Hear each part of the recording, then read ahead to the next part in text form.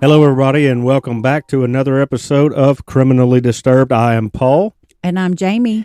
And I am back, feeling better. Welcome back. Yeah, and I was glad to be back here with you guys and my beautiful wife here on Mother's Day. Happy Mother's Day, baby. Oh, well, thank you. And I was fixing to tell all the other mothers, grandmothers, stepmothers, adoptive mothers, or anybody that's in a mother role. Yep. Happy Mother's Day. Absolutely. Happy Mother's Day to everyone out there. And there are some women out there that do not deserve to be mothers. We've talked about a couple of them. We have in the most recent few episodes. Yeah. Yeah. Mm-hmm. And then there's one that we recently discussed that absolutely deserved to be a mother, but didn't deserve what happened to her. Right. Mm-hmm. So go back and listen to some of those episodes because they are, you know, some of them are heartwarming, some of them are tragic. All of them are really tragic. Yeah, they're all tragic. Yeah. But tonight I wanted to do something a little bit different. So I'm going to hit everybody with a little bit of everything. This has some true crime. It has some paranormal. It has some good vibes. It has some bad vibes.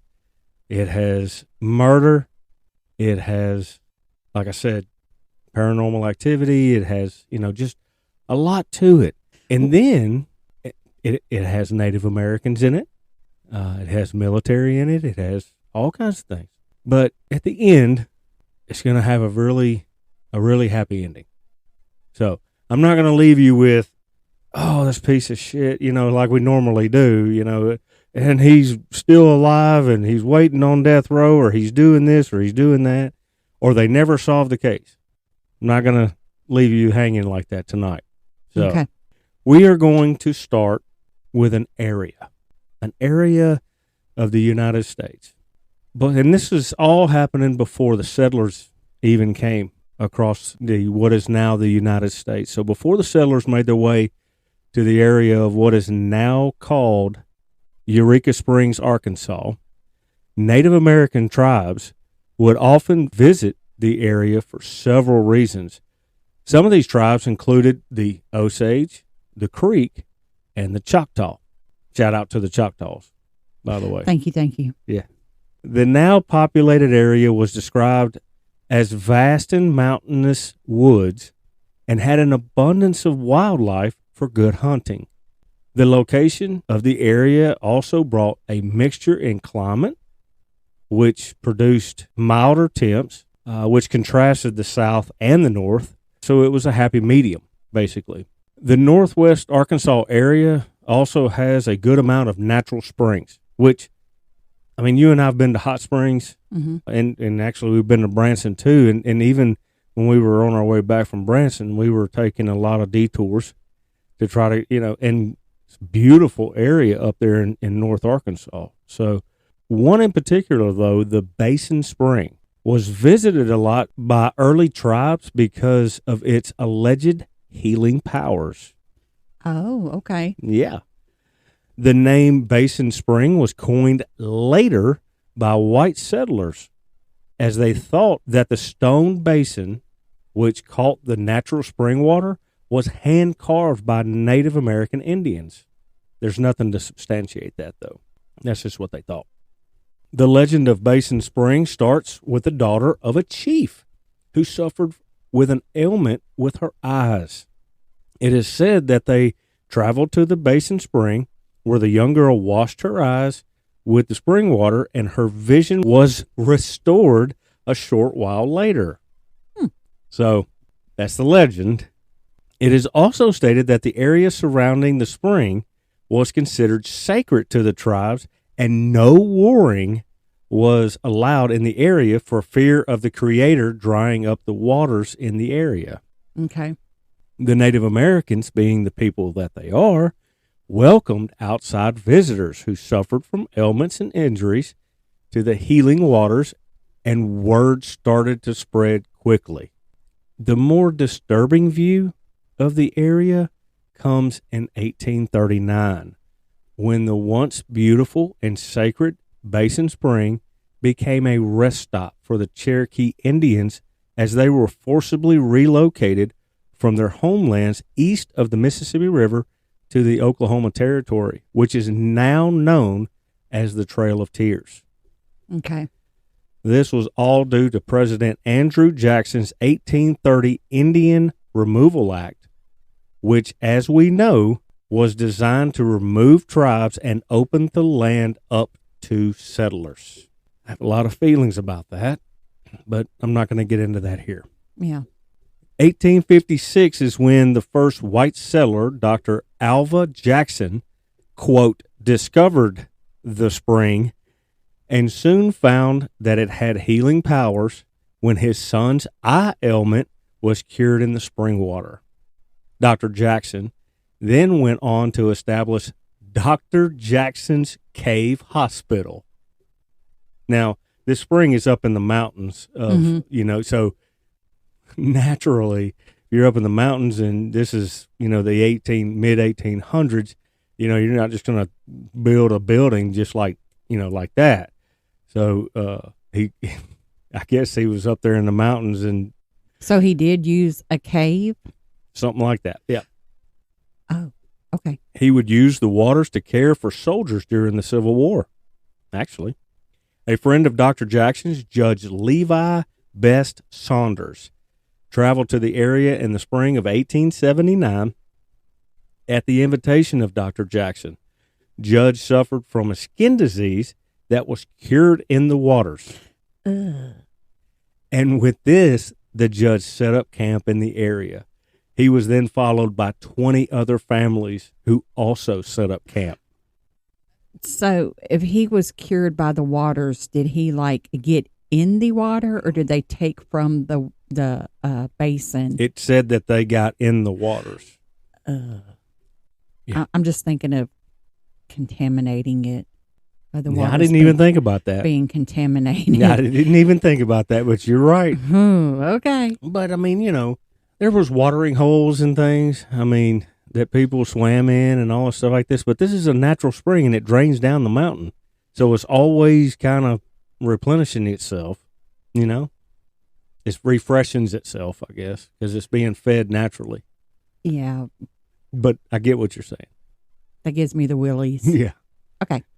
A few months later, on July the 4th of 1879, the Victorian town of Eureka Springs was formally founded and named. But why the Eureka? Why Eureka? Because they found the land and they said, aha, Eureka. Close. I was just joking. It was really close.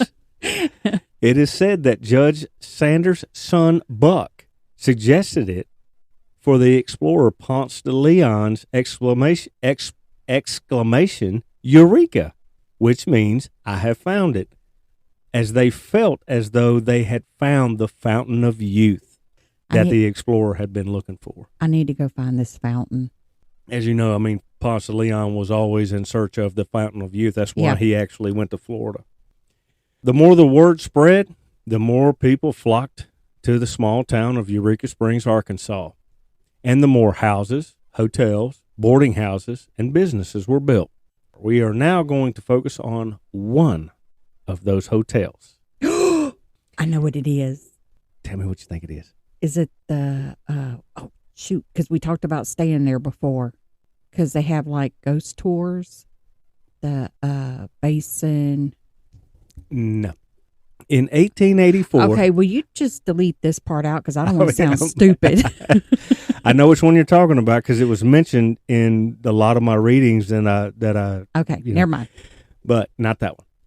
In 1884, the then Arkansas governor, Powell Clayton, chose a 27-acre portion of land at the north end of West Mountain. An architect, Isaac Taylor, was chosen and construction began on a new luxurious hotel with a whopping budget of $294,000. There were two construction companies teamed up for this, the Eureka Springs Improvement Company and the Frisco Railroad Company. Isaac Taylor, designing offices, hotels, factories, and railroad stations throughout the United States and Mexico. He gained a reputation as a hardworking, honest architect who liked to tackle projects others avoided. His dedication and quality earned him the appointment of chairman of the Architectural Commission and director of works for the World's Fair of 1904. Wow. Taylor was second in command designing and executing the world-famous attraction. His vision drove the project forward and attracted millions. So, in other words, he was the type of person that liked a challenge. Yes. And you're fixing to see what kind of challenge this was. Okay. The construction of this hotel was a massive undertaking. There was a quarry located on the nearby White River that yielded limestone. Irish stonemasons, which were brought to the United States at this time for the sole purpose of building this hotel, carved and assembled 18-inch thick blocks of the limestone. The limestone was shipped from the quarry 10 miles to near the construction site by railway, which was owned by Governor Clayton. I'm just wondering, obviously, this is way back when. So, where you said they brought in the Irish stonemasons. They're the best in the world at this time.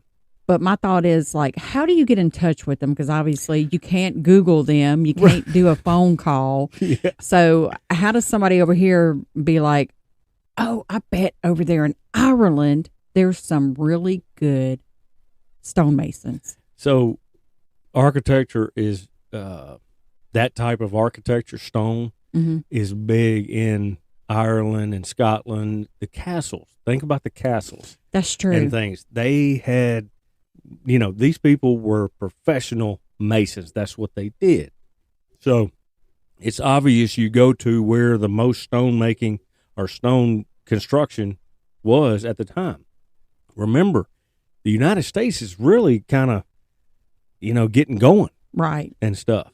They're, for the most part, the settlers are building out of wood. Nobody around here knows how to build out of stone. Right. All right. So this was a marvel at this time. So the leader of the imported Irish workers, Mr. O'Shaughnessy, that's a cool name, was interviewed by a reporter before returning to Ireland and stated that throughout the many years of his stoneworking, he has never encountered a stone with such density and quality as the White River limestone. So you can see that even a master mason, as Mr. O'Shaughnessy, was kind of taken by this stone, this limestone of Arkansas. And you just don't see a whole lot of buildings that are built this way anymore, Right. They don't use, now we use it today. If you see limestone, you see it as just a facade. You see it as just a covering, not structural and visual aspect of it as well. So anyway, very pretty. During construction, once the framing of the building was up and the building was getting its masonry exterior, it is said that one of the Irish stonemasons, his name was Michael, fell to his death from high up. Oh, that's not good. No, it's not. Not a whole lot was said about him, though, unfortunately. Poor guy. I know. Oh. Despite the horrible accident, in May of 1886, construction was completed and the hotel was then furnished in the most exquisite way. Edison lamps lit up the interior of the building, and it was furnished with electric bells. Oh, my. Electric bells. The hotel was heated with steam and open grates. It also had a hydraulic elevator, which made it a showpiece for the time's conveniences. Okay. It was at this time that the very beautiful Victorian-style Crescent Hotel was opened. That's the one I was thinking of. A grand opening gala was held, and very well-known politicians and high society dignitaries were in attendance. With this, the Crescent Hotel was open for business. The local paper, Eureka Springs Times Echo, called it, quote, America's most luxurious hotel. Now, this is fun. This is funny. The recorded history of 1886 Crescent Hotel and Spa shows that a feline has been one of the mainstays of their gift of hospitality to those who visit the historic Hotel of America. That history continues. There may have been many other cats that walked the halls of this mountaintop spa resort since its grand opening on May 20th, 1886. But it wasn't until 1973 when hotel records show an orange tabby named Morris walked into the lobby and stayed for 21 years. Damn. This cat became such a fixture of the Crescent that he was referred to as, quote, the general manager. Oh. To further prove the heartfelt sentiments of local citizens towards this feline, when Morris died, more than 300 people attended his farewell ceremony held at the hotel. Oh. His wake was followed by his interment on the hotel property. Oh. Quote, today, visitors can step outside to our East Lawn area and see Morris's headstone. His photo and remembrance poem grace our lobby, explained Jack Moyer, general manager of the Crescent. Now, I have the poem, and it reads this. In memory of Morris, the resident cat of the Crescent Hotel. He filled his position exceedingly well. The general manager title he wore was printed right there on his own office door. He acted as greeter and sometimes as guide. Whatever his duties, he did them with pride. He chose his own hours and set his own pace.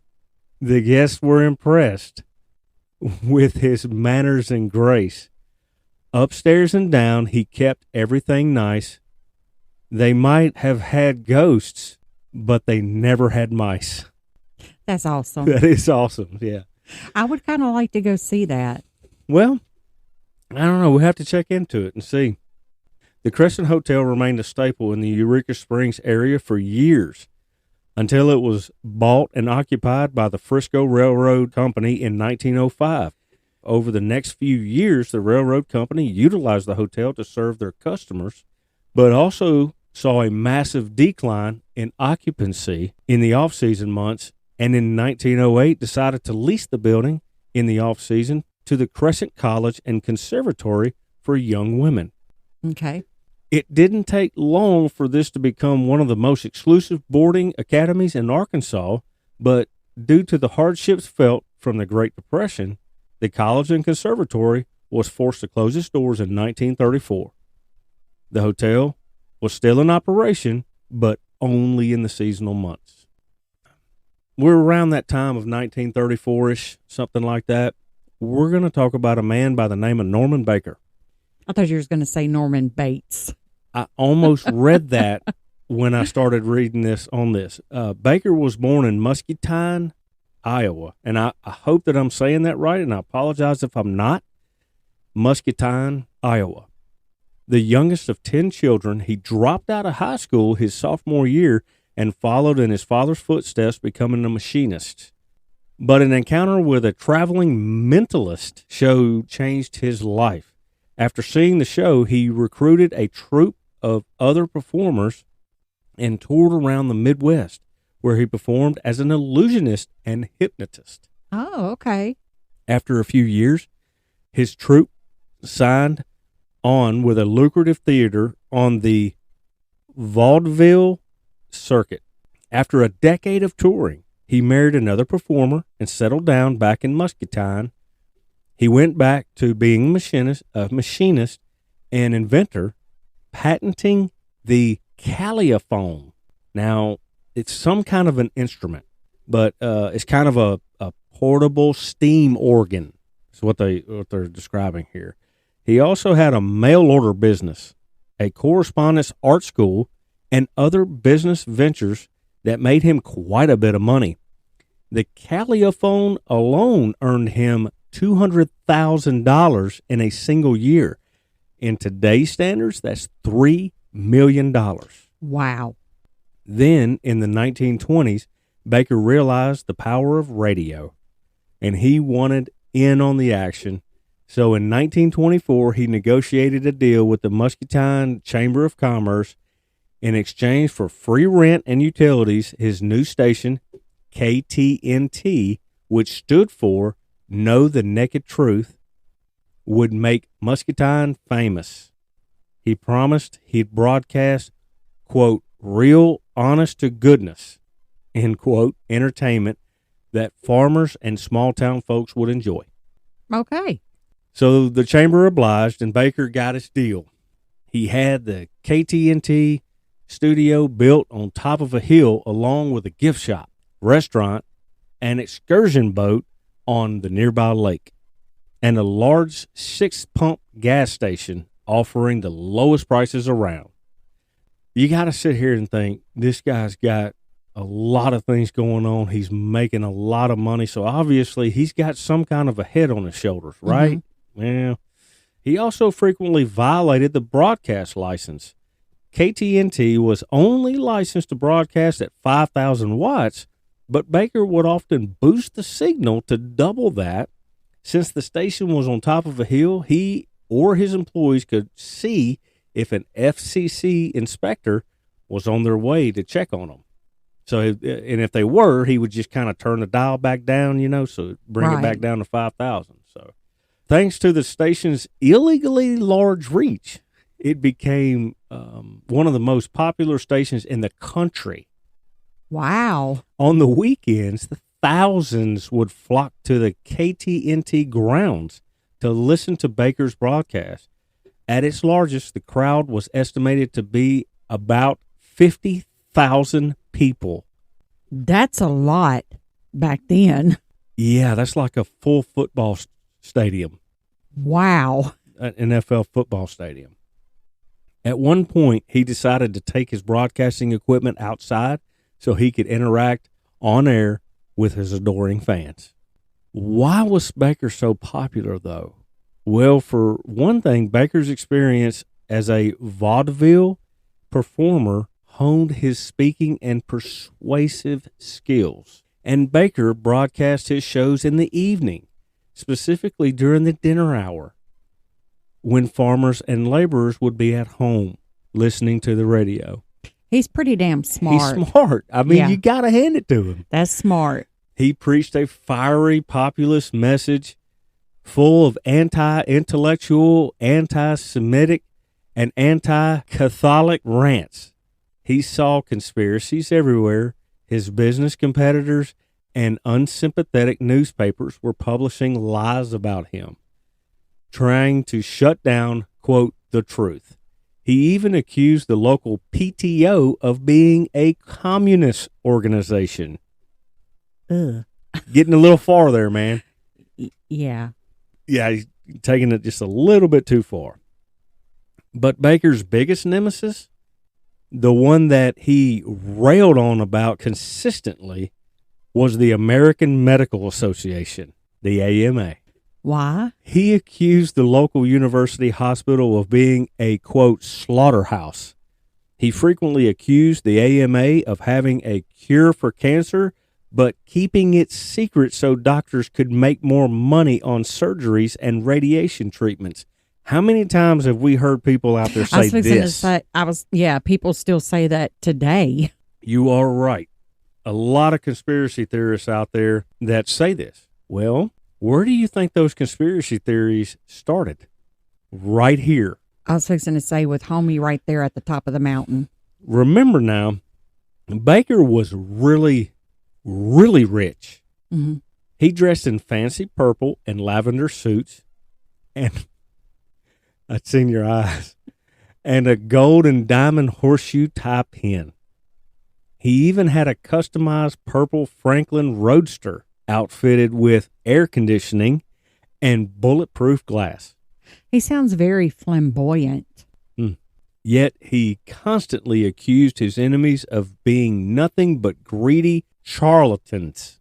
Damn charlatan. Charlatans.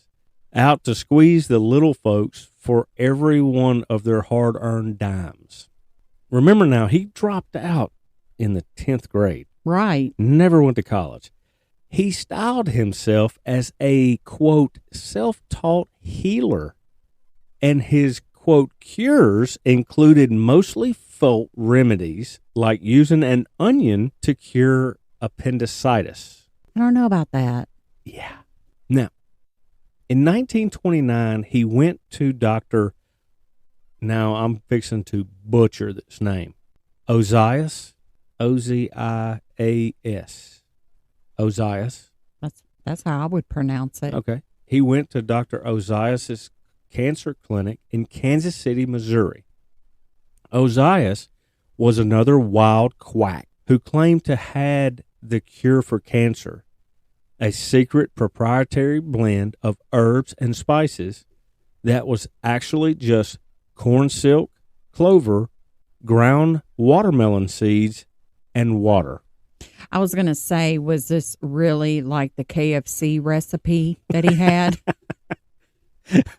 Because, nobody knows that recipe. I mean, well, now we know his recipe. So Baker and Ozias chose 5 cancer patients to administer the cure so they could report on their results. Shockingly, all 5 patients died. I'm so surprised. But that's not what Baker and Ozias said. Of course they didn't. They publicly claimed the patients had all miraculously recovered. Okay. Yeah. Nobody asked. I mean, where they at? Yeah, where are they? Can we see them? Oh, they're sunning down on the beach in Mexico. Can we check and see if their cancer is gone? Yeah. Okay. In 1930, JAMA, Jama, published an article about Baker's, quote, lies, viciousness, and quackery. So Baker fought back in the pages of his newsletter, claiming the AMA was just trying to, quote, shut down the truth. He even said that they had sent assassins to kill him, but that one of the would-be assassins recognized him as having cured his friend, so he backed out. Holy shit. That's the guy that cured my friend of cancer. Is he okay? I don't think he's okay. Oh, this gets a lot better. Okay.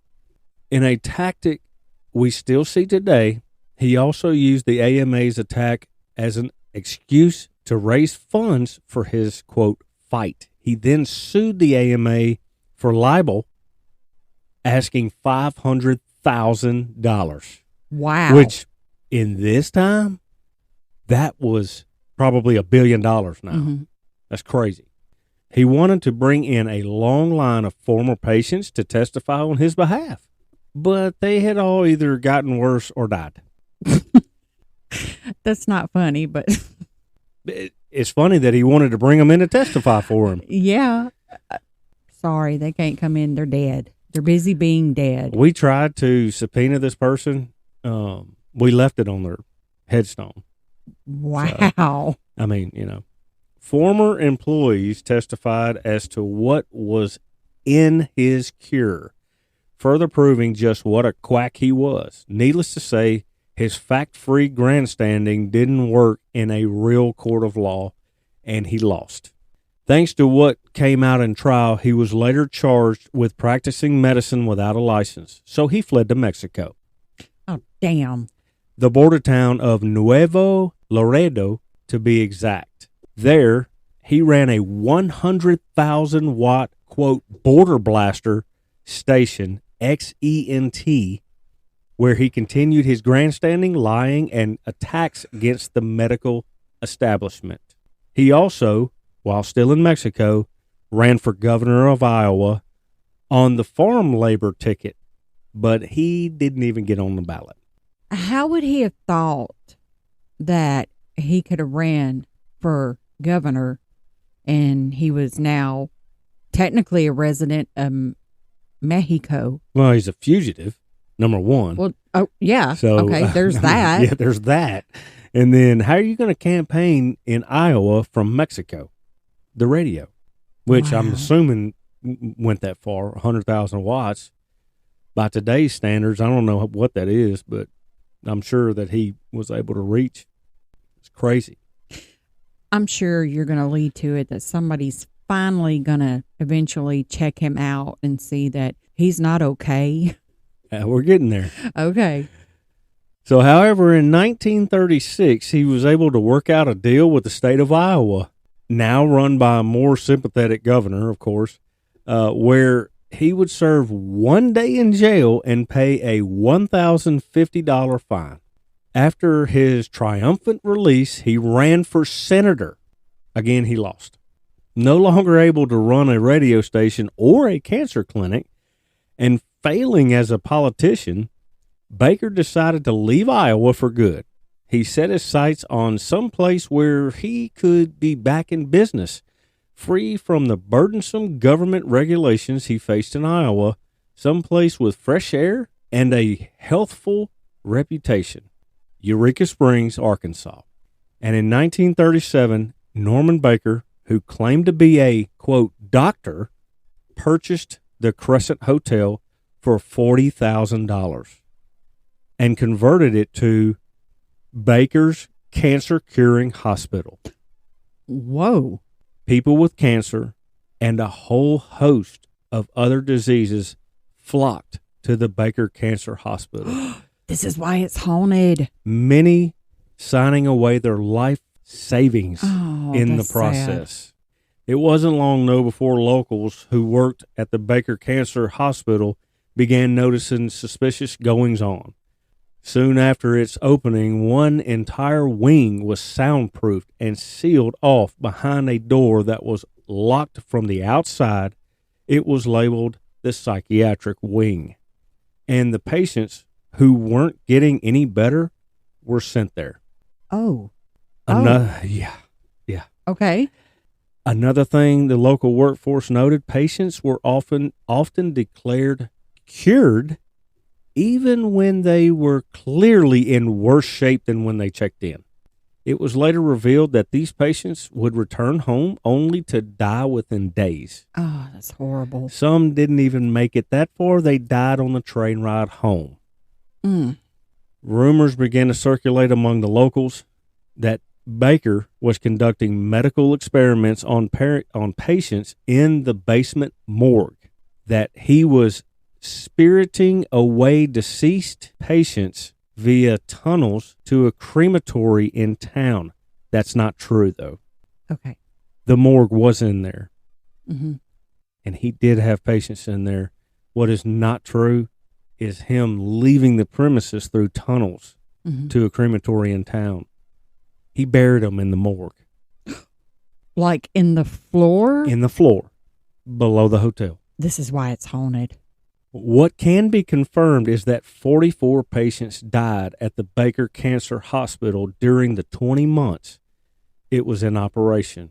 Since these folks were already dying of fatal diseases like cancer, they were not autopsied, and no investigation was conducted into their deaths. Come on now. Really? Everyone agrees that Baker was a quack and a fraud, and that his patients died because they didn't get the medical treatments they needed. But he wasn't just a quack and a cheat. He was a serial killer. Both of the formulas he was injecting into his patients contained carbolic acid, also known as phenol, which is a powerful poison that can cause organ failure, which is the exact method used by Nazis to euthanize inmates in their concentration camps. Oh, my God. Baker was arrested on mail fraud charges. Postal inspectors alleged that Baker had defrauded his victims using a newsletter out of nearly $4 million. That's almost $78 million in today's money. Okay, I get that, and I'm glad they got him on something. But really, we're going to get him on freaking mail fraud and not injecting patients with that other shit? Yeah, no. Priorities. It was a 3-week trial, and he was convicted and sentenced to 3 years in Leavenworth Prison. He also he was ordered to pay a fine of $4,000. After his sentence, as the assets of Norman Baker, Inc. were being divided up by the courts, it was discovered that Baker had been engaged in yet another crime, embezzlement. He had been secretly withdrawing money out of the corporation's bank account. He would then give the money, fat envelopes of cash, to Thelma Yount, his personal secretary, who would smuggle them into Nuevo Laredo, where she would place it in a safe deposit box. In all, he embezzled $1 million, but he was never charged for it. What the fuck was going on back then? No, right? After Baker served his time, he tried to open another, quote, research center in Muscatine, but the city refused permission. Oh, I'm glad. He eventually retired to live on his yacht in Florida near Miami. In a rather poetic justice, he developed liver cancer. Oh, well, there's that. Rather than submit to the medical treatments he so hated, he went to the Battle Creek Sanitarium. He died in 1958 at the age of 75. I was going to say, instead of getting like regular treatments, they could have just treated him with the treatments that he was treating the other patients with. Yeah. I mean, right. Come on now. Karma. So a friend of Baker's began running the hotel shortly after his trial, eventually turning it over to a group of Chicago-based businessmen some 6 years later. It subsequently underwent a period of fluid ownership over the next several decades, experiencing cycles of prosperity and hardship. Nevertheless, the Crescent Hotel hosted countless vacations, weddings, and honeymoons to the hundreds who ventured to the Ozarks. Finally, in 1997, the Crescent Hotel finally saw an end to its revolving doors of ownership when Marty and Elise Ronick purchased it. Their stewardship marked the beginning of a true renaissance for the hotel, initiating a series of thorough renovations that saw the building restored to its former glory. The couple proudly relaunched the location as the 1886 Crescent Hotel and Spa. Now, my wife has said it numerous times in this podcast. Well, you said at the beginning that we had paranormal coming up in it, so I didn't think I was doing any spoiler alerts. Well, do you remember Michael, the Irishman? Yeah. He is said to have died at the exact spot of room 218, and he haunts that room. Well, I bet he does, because not a lot was written about his death. He's pissed off. While working on the roof, he lost his balance, fell to the second floor area, and was killed. This area now houses room 218 of the hotel and is said to be the most haunted guest room. Michael is a mischievous spirit who likes to play tricks with the lights, the doors, and television, and often is heard pounding loudly on the walls. Others have witnessed hands coming out of the bathroom mirror and heard cries of what sounds like a man falling in the ceiling. Yet other guests have been shaken during the night, and on one occasion a patron ran screaming from the room, professing to have seen blood splattered all over its walls. But Michael is not the only spirit that roams the halls of the Crescent Hotel. Well, hell, I bet not. I bet some of them that were buried down in the morgue. A lingering spirit of a nurse dressed in all white is often seen pushing a gurney on the third floor.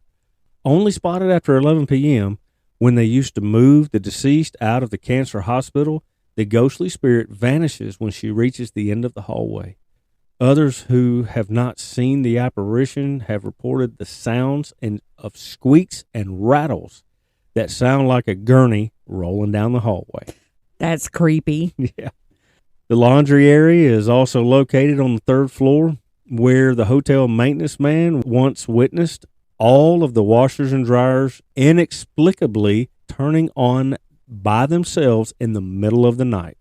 The greedy Dr. Baker, doctor in quotes, apparition has also been seen in the old recreation room in the basement and at the foot of the first floor stairway.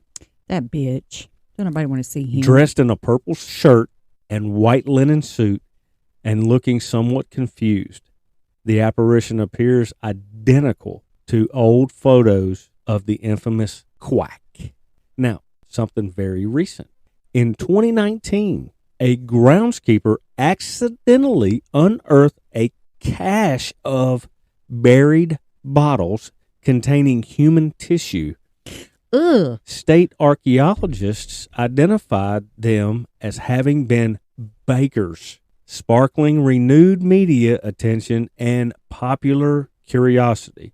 Many of the bottles are now prominently displayed in the basement's former morgue.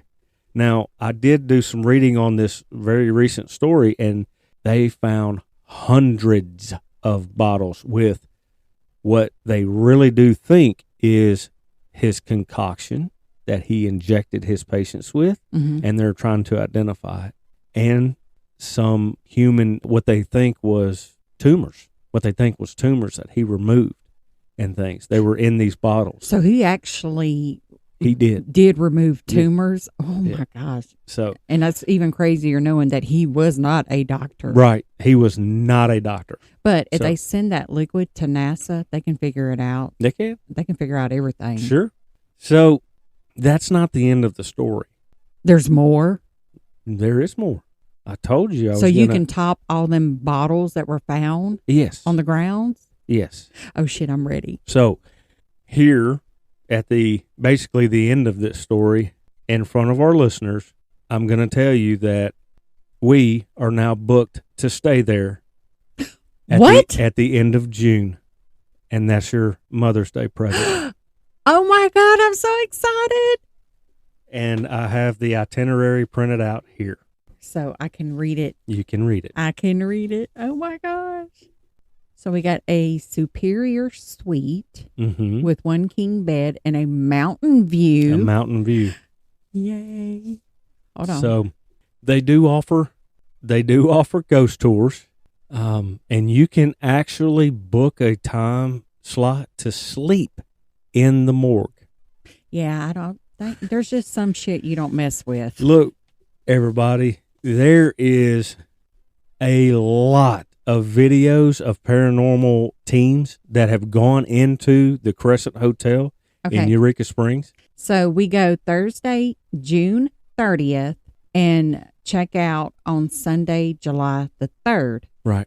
So I'm thinking at some point while we're there, we need to do a recording. Okay. And say, hey, we've seen this, or we haven't seen this, or, I think the night before we check out, we kind of tell our listeners about our experience. Yeah. So they do offer ghost tours. We're doing that. Well, yeah, for sure. But we're not sleeping in the morgue. No, they do offer you to, that the ability to do that. There are videos of that, people doing that. That's asking. Well, yeah, I know. Trouble. But there's a lot of videos. There has been a lot of paranormal teams that have gone into this, and they have a lot of videos.